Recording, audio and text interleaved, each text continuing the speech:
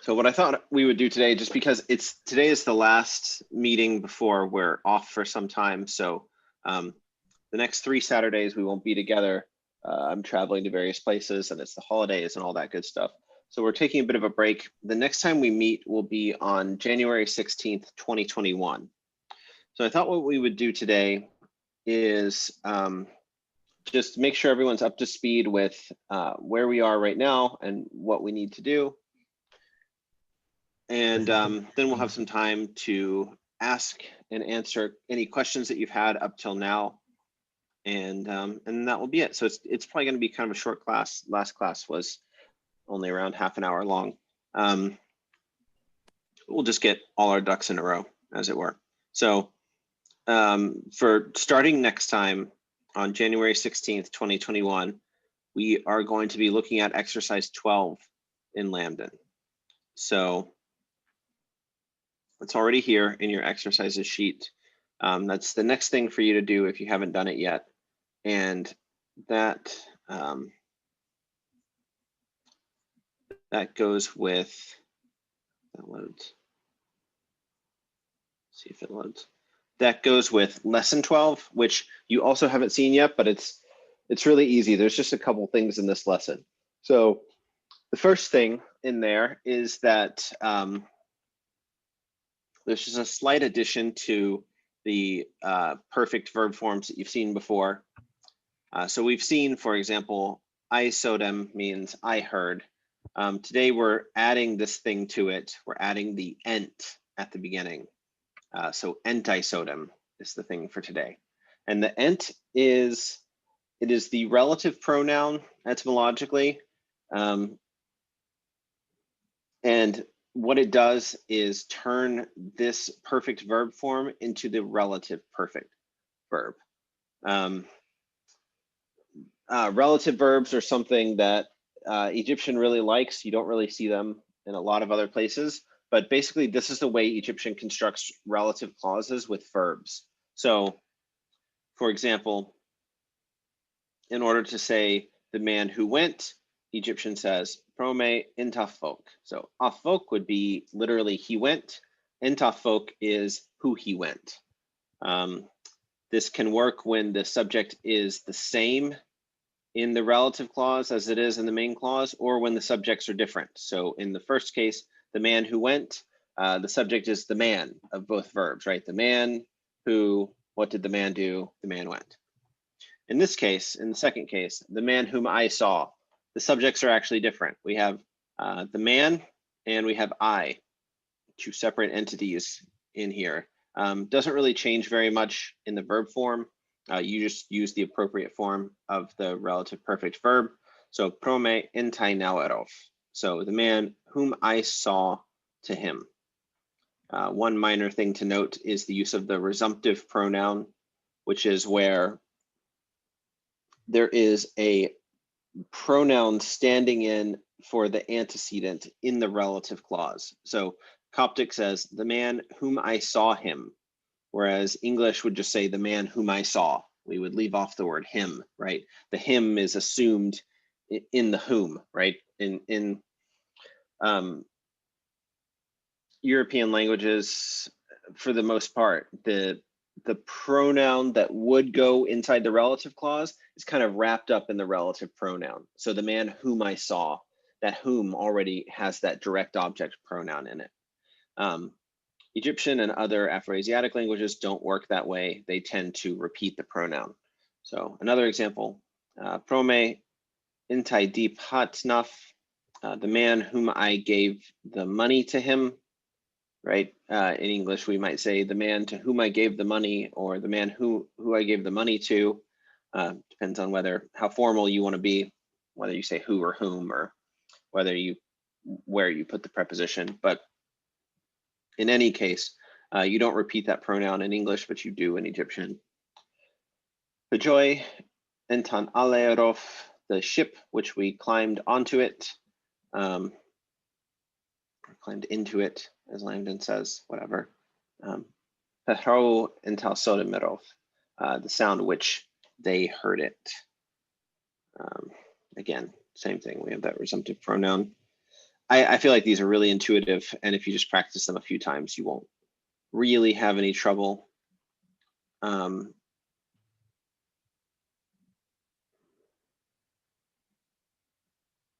So there's the negative of the same thing. Again, not very complicated. Prome ede impef podevo, the man who did not flee. Injotme ede impef china imo, the books which he did not find them. The books which he did not find. And when translating, I don't really have a strong preference. I often tend to keep the resumptive pronoun in translation because it just kind of feels natural in there to me, but you can also take it out. So the books which he did not find them, or the books which he did not find, either one is, I would consider correct. And then there's one last thing in here. It's not very important, but Lambden mentions it, so I'll go ahead and mention it too. When you use the word say to introduce direct speech, you often have this little dummy object go with it. So, af joos je impinawerof, he said, I did not see him. Coptic has this direct object pronoun on the end of the word jo, so it becomes joos. He said it, je, I did not see him. And that's, again, just the way Coptic likes to do it. Is it necessarily feminine? Like, can it be invoked with jo'of? It's usually, there's a rule about that actually, and I don't know what it is. I think the rule that I've heard is that if it's in a relative clause, it's feminine, and if it's in a main clause, it's masculine. I might have gotten those backwards. Maybe if it's in a main clause, it's feminine. If it's in a relative clause, it's masculine. I heard a rule about that a long time ago, but then I didn't see it reflected in my experience. So maybe there's a rule, maybe not. Gotcha. Okay. Sorry to interrupt. Yeah. No, it's a good question. Yeah, I wish I had a more certain answer for you. I can look at some examples and see if I notice something. I would say that if I've made it this far without knowing for sure, it probably doesn't matter. But yeah, I can also look and see. And any other questions about this lesson 12?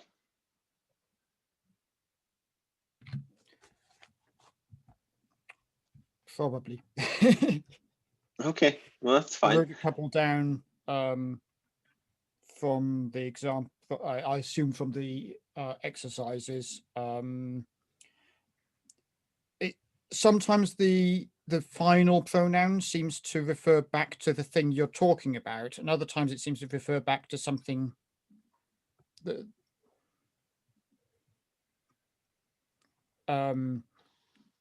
so the one example I noticed was, and I think I got this from the Yankee deck, so it's possible that it's wrong, but Neshver and Tankao and Son. Which number is that? Oh, I don't know. Let me see if I can find it. I might be able to find it. Oh, here it is. 20. A20. Yeah. Sort of we've got the us on the end of and Son. Yeah, that's true. Talking about the friends. But notice we've also got the u on the end of ka'au. Yes, but in other places it sort of refers back to the thing it's talking about. So in the see if I can find that example, the one about the place the monks the place where the monks waited, Pama enta monachos cho inherteth.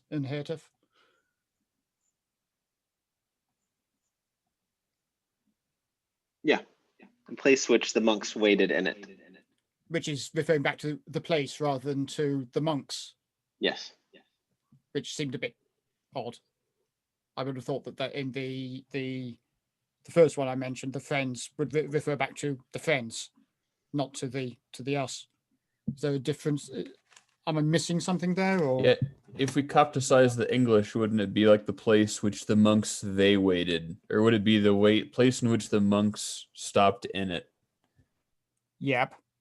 And if you do the friends one, it's the friends which we left behind us. Which we left them behind us. Sorry, left them behind. Yeah. So that's where the pronoun is. The But, pronoun is just in okay, two so yeah, different places. Yeah, it just feels a bit weird. Okay. It's Yeah. it's a little confusing. The pronouns are in different places. There's something that can happen where the subject can be identical to the subject of the relative clause. It can be like the external subject can be identical to the internal subject, or they can be different. And in such cases, obviously, the pronouns will behave differently because you're going to be saying something different. If it were the friends who they left us, you wouldn't really have any sort of object pronoun. You would just have intal ka'an, the friends who they left us. And that can happen too. The resumptive pronoun isn't obligatory in Coptic. It's not that you have to put something in. What's actually happening is you're not deleting anything. So English and many other Indo-European languages, we actually delete a pronoun in the relative clause because we say, oh, we've already taken care of it with the relative pronoun. Coptic never says that. So the relative clause can have all the same number of pronouns that it would have if it were a main clause, and then just don't delete anything, which is actually a lot easier. But since you've learned your whole life speaking a language that does delete the thing, it can be kind of confusing. But that's the basic gist of it. Don't take anything out. If the plain main clause version of the sentence would be, they left us, or I'm sorry, we left them behind us, then in the relative clause, it should be the friends whom we left them behind us, right? Just don't delete anything from that plain sentence. And that's exactly what you get in Coptic. And then because we're looking at this from like a Eurocentric perspective, we call it the resumptive pronoun. We give it a special name and we make a special point of acknowledging it because it's unusual to us. What's that? Yeah, I think that clears that up. It just sort of stuck out. I thought I'd got it, and I was doing exactly what you were talking about with putting the pronoun on the end of the English when I translated in my head, and then suddenly this us sort of jumped out at me, and sort of that doesn't seem to refer back to the same thing. So no, that makes. I think you've cleared it up. I might need more examples, but well, we can always come back to it too. But yeah, I hope that helps. It's a great question. Exactly the kind of questions that we should be asking right now. And then, so I'm just going to open it up to any other sorts of questions. I was working on one of the homework problems, A5, and it didn't quite make sense to me. 8-5 is what you said. A5. A5. Oh, okay. On this, on Yep, lesson 12. Lesson 12. So the netor intan chitu unto so something like the horses which we took from them, but then there's a from you at the very end, and that doesn't make sense to me. Why are you saying took from them? Double check that part and see if you notice anything. I mean, so the chitu, cheat is the pre-pronominal form of to take, and the oy, the u, is the from them form of the Not verb. from them, just them. direct object. It's I see. taken. Gotcha. So it's the horses which we took them, that we took them from you. So that them refers to the horses. Yeah, exactly. the horses that we took from you, right? And the pronoun that we would delete in English is this one right here, the one that refers back to the antecedent. The horses that we took from you, or in Coptic, the horses that we took them from you. Okay. Yep. Okay. Are there questions? Anything that has kind of thrown you off or that you haven't understood from lessons 1 to 11 so far?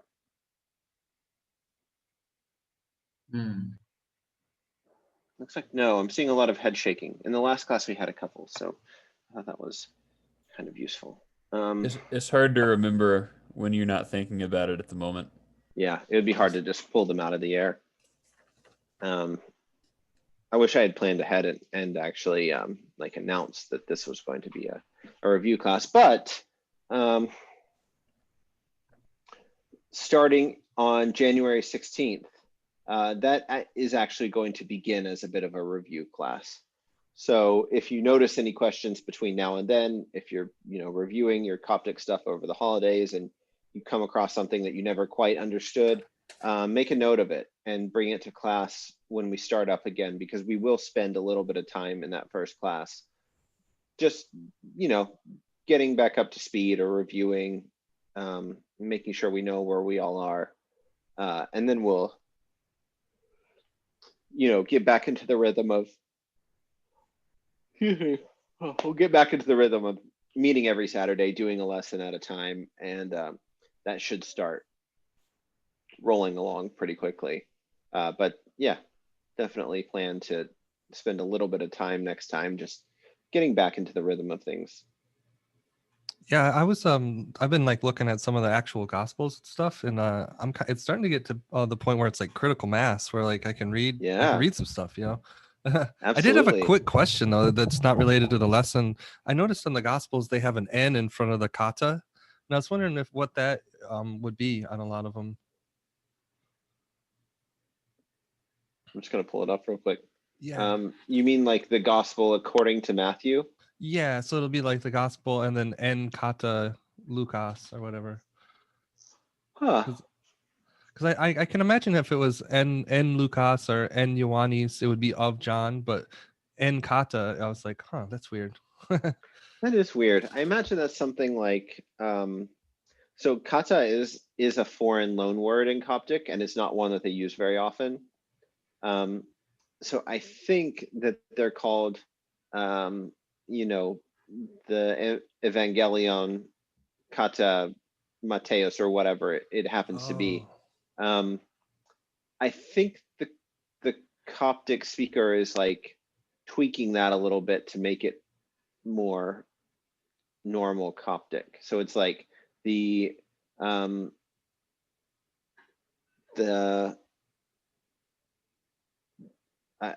can't remember what the exact Greek, I don't know what the Greek what the form of the noun is, but like Mateu or whatever. So it's ho evangelion kata Mateo or something like that. So then the Coptic speakers are reinterpreting it as the kata Mateo evangelion. Okay, cool. And what you're describing, they're interpreting it kata Mateo, they're interpreting that as an adjective describing the evangelion.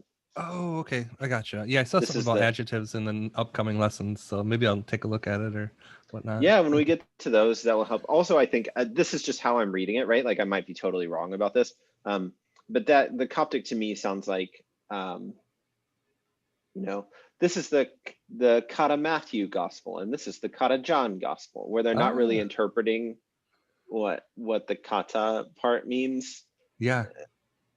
That's something that happens as things are translated between languages. So that's one possible explanation. Yeah, kind of like when we say I'm going to the ATM machine. It's like I'm going to the automatic teller machine. Yeah. I think we do that with foreign loan phrases a lot too. And it's one of those things where it's so hard to think of one off the top of your head. Yeah. Yeah, there are tons though, especially Arabic things. elixir is the one that comes to mind, where elixir means like a potion or medicine, but we say the elixir. Or probably the best one is if anyone were to ever say the Al Fayoum, which I think I have heard someone say before, but it's like Fayoum is from the Coptic phrase Payom, the sea, and then the name of the place is now Fayoum, and it's El Fayoum, the Fayoum, and then people in English will say the Fayoum. Oh, okay. So like the word "the" is in there 3 times in 3 different languages. Yeah. So yeah, that imagine same kind of sort thing. of thing with algebra. So the algebra or an algebra. Yeah. Yeah, brings me back to math classes where we talk about algebras. Gosh, dark times.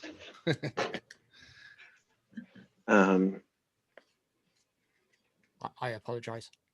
Yeah, I just went like full like PTSD from those days. I never really got that like super abstract math stuff. People who are good at it impress me, but I never really understood. It's like assume 2 sigma algebras, the intersection of them, prove that the intersection must also be, and it's like because I said it is, who cares? I don't know. Yeah. I don't want to prove it. I don't feel like I need to prove anything to you. It just never clicked for me. There are people who are super good at it, and I envy them, but I'm not one of them. Anyway, so yeah, that's the thing that happens. That's maybe the explanation in Johnny's case, but hard to be sure. Yeah. Any other questions? Yeah, there is actually one question about is there any Coptic Bible, especially Old Bible, you know? Old Testament? Yeah, the source Old on Testament, that yeah. is Lagarde. And I have a PDF of it. So let me put a PDF. I'll put it in the syllabus. Yeah, that will so good because you know it's much more historic, much more you know, storytelling. Yeah, and it's just more interesting to read, in my opinion, honestly. I mean, I don't mean to offend anyone's. Is that how you spell Pentateuch? Pentateuch? Still saying it's wrong? No, okay. I don't know. Just for me personally, I just find the stories more interesting in the Old Testament. It's just more like, it's more literary. New Testament is very biographical, and I just don't find it as engaging personally on a like narrative level. But yeah, this is good. So I'll put that in there. Well, is it just the Pentateuch, or is it like the whole like Tanakh and everything else? It's just the Pentateuch. There are elsewhere translations of the prophets and the other things, but they haven't been all assembled together. It's kind of a blind spot in the availability of Coptic texts. Really, Coptic texts are not as available as you would think, and the situation is actually much better now than it was when I started studying Coptic. So a lot of people have tried to collect things and put them together, but for the most part, the only way to access a lot of these texts is in the form of facsimile text editions that are only held by really large like academic libraries. So it can be really hard to get your hands on Coptic texts, which is why things like Lambden's book have this Christomathy in the back, just because if you're a student of Coptic, it can be difficult to then get your hands on real text that you can read. Yeah, so you don't see a lot of introductory grammars that actually spend, you know, some significant portion of their mass just providing you with text to read. But Coptic is this weird case where there's just not that much out there. Well, I know like with the Gnostics, they didn't really have too good of an opinion of like the Old Testament God, and a lot of the sects of Gnosticism. So I wonder if that carries through with like the modern Orthodox churches where like, you only see New Testaments a lot of times and there's not a lot of assembled Old Testament stuff. So I wonder if maybe that could somehow be a carryover or something. Yeah, that's part of it. There aren't that many texts of the Old Testament that have been combined together to form these like nice manuscript edition, not manuscript, nice typeset editions. So yeah, I think there is an effect of differential survival. Like New Testament, we have thousands of attestations, whereas the Old Testament, we don't have nearly as many. So yeah, that's probably part of it. I think I've found a Coptic version of Old Testament. Okay. Well, I'll go ahead and put the PDF here for you. I've got to go find it. Seems like Paul de Lagarde was kind of a bad dude. What did he do? I pulled up his Wikipedia page. I was Googling around for his Bible. Apparently he was influential in supporting, like, I guess, proto-fascism in Prussia. Okay. That's a shame. Someone should make a modern version of a new Coptic Pentateuch so we don't need to use his. Yeah. Add that on the project pile for the Discord server. Right, exactly. They're competent enough. It'd be nice to have like Coptic readers, like chromatic readers. Yeah, like the Loeb books. Yeah. Trust me, I've see if you can convince anyone who has a permanent position at any academic institution that they should provide the support and time that it would take, including people at Harvard. By all means, contact the people at Harvard. I've emailed them dozens of times and never received a response whatsoever. Contact them and tell them we need Coptic Lobes because students need access to materials to read. Yeah, please tell them Christian Casey sent you, and he's rather annoyed. In fact, go ahead and tell them that. I don't really have my finger on the pulse of Egyptology. I think it'd be really interesting if kind of this community was to eventually collaborate within itself to try to produce one. Maybe if we make one which is bad enough, then Harvard will respond and edit it for us. Sometimes it's better to get the right answer by giving the wrong answer and being corrected. Yeah, that can be really effective. It's definitely the best way to get the right answer on the internet. I honestly find it really odd that such a thing does not exist. I don't understand why none of these Coptologist type people with tenured positions feel the need to, I don't know, provide things for the next generation and the survival of their field. But that's why these fields are dying, because a lot of selfish people. So yeah, I don't know what we can do about that, but we could definitely put a text edition together. And I put together my own, the thing I just pulled up, this highly imperfect, but still very useful, multi-edition New Testament. I use it all the time for like checking on little grammatical things or whatever. I say imperfect because if you were to scrutinize it closely, you'll find places where the beginning of one verse doesn't quite line up with the end of the next verse over, or things like that. I just put it together quickly, not intending for it to be perfect, but the thing is extraordinarily useful. And having something like this for other texts that students need to read would be really incredible. Basically, there just need to be Coptic Lobes. It's kind of strange, honestly, that Coptic is excluded from that class because it fits very naturally. It's something that's studied by classicists. It's something that new students need access to. So yeah, the Loeb library is really where that should go.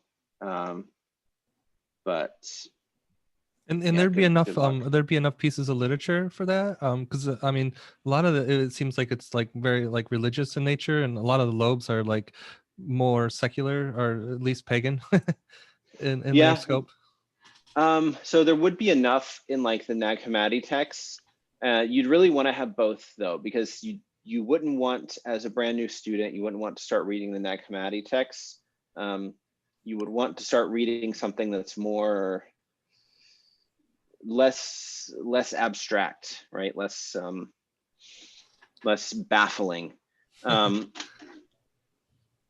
So something like the New Testament would also be a good idea to include, in my opinion, just because the stated purposes of those books, the stated purpose of those books is to provide a stepping stone for new students. Yeah. So you would need to use you could use the Old Testament too. We have plenty of books of the Old Testament. There's quite a lot that could go into something like that. What you really need is just you need somebody who knows the material to spend several months gathering it and helping to typeset the books and all those things. So yeah, it's really just a matter of finding an academic institution that will prioritize making study materials for new students. So you think it would be good to start with the same things that are in the back of the grammars, like Matthew or Luke or the Apophthegmata? Yeah, I think those things are perfect. That's why Lambden chose them. Those are the perfect things for new students to begin reading. But we just need a Loeb or a Stedman edition of those. We have to step up and make it. It seems like. Yeah, it seems like we could make it. It's just, as you say, it'll be an amateur translation, but yeah, and that's okay. Yeah, I mean, like, that's okay. It's better than nothing. Yeah, I mean, I know with your like Friday Gnostic reading group, you know, it'd be cool if someone like I'd volunteer to like take minutes from those meetings, you know, and just stick them in a Stedman, you know, where it's just like the text and then the vocabulary and a grammatical breakdown. That'd be kind of cool. Someone could just like take notes, you know. Yeah. There's also this. I'll put this in here since we're talking about it. Coptic Job. So there is this like Loeb style book.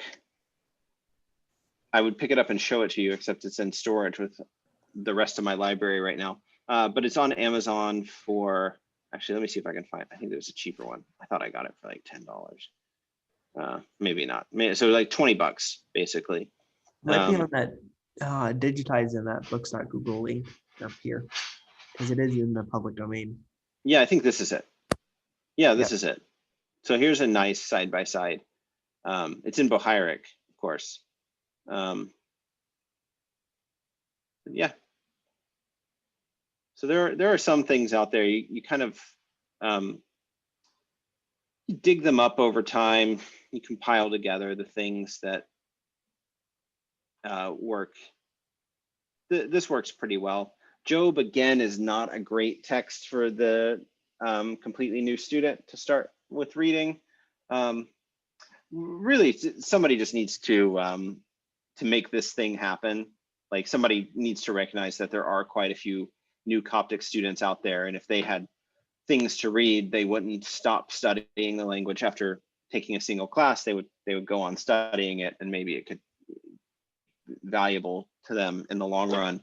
I think that's probably gonna have to be me, honestly. I think I'm gonna have to be the squeaky wheel, because I really have emailed the people at Harvard multiple times without receiving a response. So it's very clear that there is no formal academic interest in making something like that happen. It's gonna take someone just really pushing, which is what it took to create the Lobes and books like that in the first place. It took one foresighted person who wasn't too much of a snob to think that making study materials for new students is a worthwhile academic activity, to just push very hard against the other dweebs until they could get something done. So that's probably, that's what it's gonna take, really.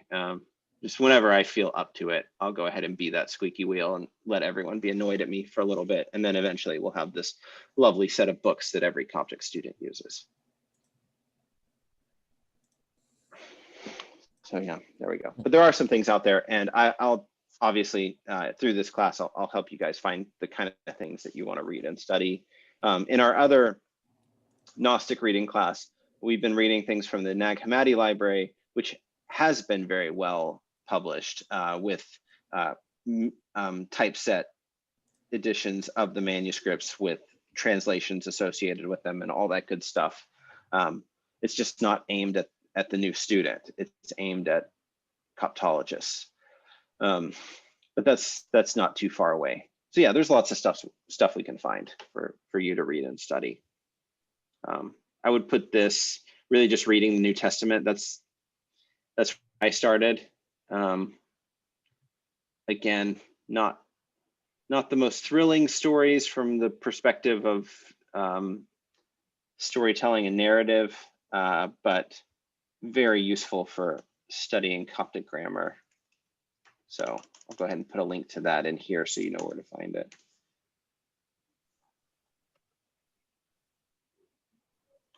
You mentioned that there were some non-translations, original Coptic texts, but they weren't suitable for beginners because I don't know what the because was. That's the Nag Hammadi text, and I don't know what the because is either, if I'm being asked to put it succinctly. But I don't know, Ralph, you're in the reading class. Do you want to try to explain why the Nag Hammadi texts are not great for beginners? I mean, we've only looked at a couple of them, or I've only looked at a couple of them. I guess I would say they're not great for beginners because they're not in perfect Saidic Coptic. There are some kind of dialectical variations. So the first thing you have to do, it's like in Greek when you switch between, it's not quite as far apart as Homer and Attic Greek, but you have to realize it might be in a different dialect, and so they're spelling everything different from what you're used to, and that takes a while to get you to look at. And the other is just that these are kind of mystical texts that don't come from a tradition that has survived into our culture. So it's often really hard to understand what they're talking about, even if you read the. And so in that sense, you would also need something like a Cambridge commentary to explain to you what's going on while you're reading these things. And so it's not that the language is too hard, it's just that it's not really accessible. Yeah, it's all of that. The other day we had a long discussion over whether it was like the angel in the tree, where like, is it an eagle-shaped tree or an eagle-shaped angel, or it's that kind of. I just chose something at random. These are the pentad of eons of the Father, which is the first man, the image of the invisible one. This is Barbalone and thought and foreknowledge and indestructibility and eternal life. That's a random quote from one of these texts. It's a particularly bad one, but even in good places where it is kind of comprehensible, it's still just like, because of whom they had come into being, and she requested again to grant her truth, and the invisible spirit consented. And he consented, and when he had consented, truth came forth, and they attended and glorified the invisible excellent spirit and his Barbelo, because of whom they had come into being. It's all stuff like that. So one, it's very abstract, and two, it's very boring. If you're not really interested in reading this text, like you wouldn't read this in English for leisure. Nothing interesting happens. There's no story here. It's all just like mystical Gnostic cosmology type stuff. So yeah, really for new students, what you want to find are like that Latin, is it the Cambridge Latin books where there's like all the stories, and they go to like Roman Britain, and then they go to Alexandria. Maybe we can create something like Middle Egyptian storytelling to Coptic. It's a little bit hard, but you know. Yeah, it would be nice to have stories. Really, the Old Testament is, yes, those. That's stage unit 1, stage 2. Is that the one where they go to Roman Britain? I think. Yes, I think it is. How fun. Caecilius, so yes. Yeah. One where Caecilius is in the garden all the time, or he's not, or he's dead. Oh, he's in Triclinia in the first bit here.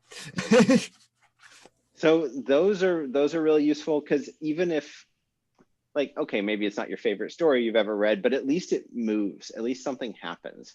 And a lot of these Gnostic texts, almost nothing happens, or whatever does happen is so abstract and incomprehensible that you would be hard pressed to say what it was after it was over. Not really great for just getting started with reading a language. Job is honestly even better for that. And still Job is, there are parts of Job that literally no one knows how to translate. So good luck with that. New Testament, really the gospel stories that's probably the easiest place to start. I put a link in here so you can download that. If you haven't downloaded that interlinear New Testament already, you definitely should. And I would just pick a place, like obviously skip the Beatitudes at the beginning. Like once you get to here, okay, the 14 generations, etc. And here we get started on the birth of Jesus Christ, and that's a narrative, actually a pretty good narrative to read at this time of year because it's the Christmas story. But that's a story, at least. One sentence follows logically from the one in front of it. There's a finite cast of characters, and they interact with one another in normal, predictable ways. And yeah, so that's a good thing to read. I'd start Matthew chapter 1, verse 18, and just read the gospel story. And then maybe it will save your soul. I don't know. We're not opposed to that. I'm not opposed to saving anyone's soul. My feet are fine, thank you. Excellent. If anyone else has time over Christmas and is bored, I would love to get together and either do review sessions or something like that. These don't need to be official. We've talked about this on the Discord server. Yes. Just a hangout and say stuff in Coptic. Someone suggested, I forget who suggested, someone suggested going over more casual language like greetings, or we could get together and talk about more seriously what a Coptic reader would look like. Maybe even something fun and not mystical or liturgical. I'm definitely happy to set up a Zoom meeting if that's what it takes. I do have a full Zoom account, so that's easy for me to do. Or we could, as I say, we could try on Discord.